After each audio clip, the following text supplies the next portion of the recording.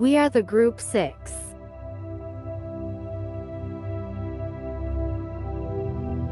And we are here to best you in a journey.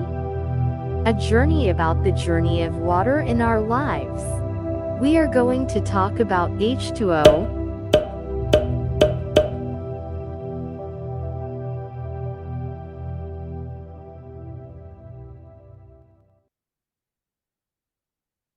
Biogeochemical came from the three terms bio, geo, and chemical. Bio stands for biosphere, geo stands for geological components, and chemical refers to the elements that contribute to the cycle. Biogeochemical cycles, also known as the cycles of elements, refers to the transfer of vital chemical elements and compounds between living organisms and the non-living components of the earth, such as the atmosphere, oceans, and soil. These cycles play a crucial role in maintaining the balance of different elements and compounds in the Earth's system and supporting life on Earth. Significant factors contributing to the cycle are carbon, hydrogen, nitrogen, oxygen, phosphorus, and sulfur. The main focus of these cycles is the transfer of nutrients and other components between biotic and abiotic, which is essential for the survival of species and the functioning of the Earth's ecosystem. First, the gaseous cycle contains carbon, nitrogen, oxygen in the water cycle. Second, the sedimentary cycle contains sulfur, phosphorus, rock cycle, and more.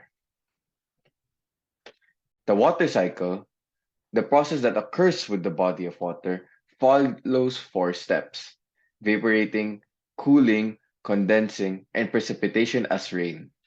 This cycle is responsible for our weather conditions and controls the temperature of our surroundings and atmospheric pressure. A process called evapotranspiration helps in this cycle. From the soil, water, and leaves, water evaporates into the atmosphere, condensing and returning to the land as rain.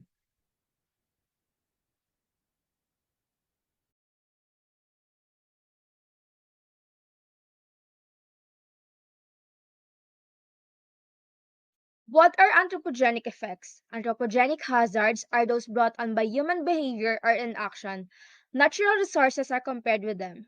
Threat caused by humans, other living things, biomass, and ecosystems could be detrimental. Even omnicide may result from them.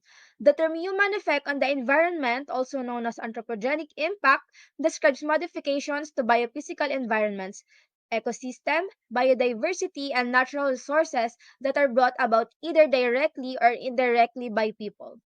So let's move to the cause and effects of human activity on the world's water cycle.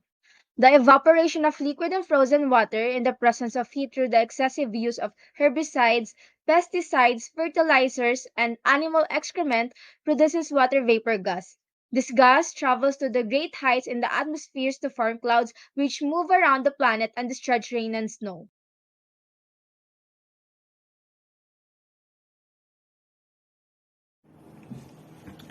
Invasive species. Invasive species harm the ecosystem's natural resources and biodiversity. Such creatures are expelled into the environment through the ballast water of ocean-going ships. Intentional and unintentional discharges of aquaculture species, aquarium specimens, or bait, and other methods can all be used to introduce an invasive species to a new location. Although some species are intentionally introduced to new habitats, these species are frequently introduced as means of pest management. In other cases, exotic animals are introduced for use as pets or ornamental accents. People and companies who import these animals are unaware of the effects. Even scientists may lack certainty about a species' ability to adapt to new environment. Moreover, native plants and animals may go extinct due to invasive species, which can decrease biodiversity, compete with native species for scarce resources, and disrupt ecosystems.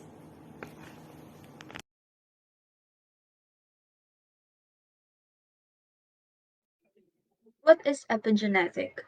Epigenetic variation is frequently defined by DNA modification that do not change the underlying nucleotide sequence, but can influence behavior, morphology, and physiological phenotypes by influencing gene expression and protein synthesis.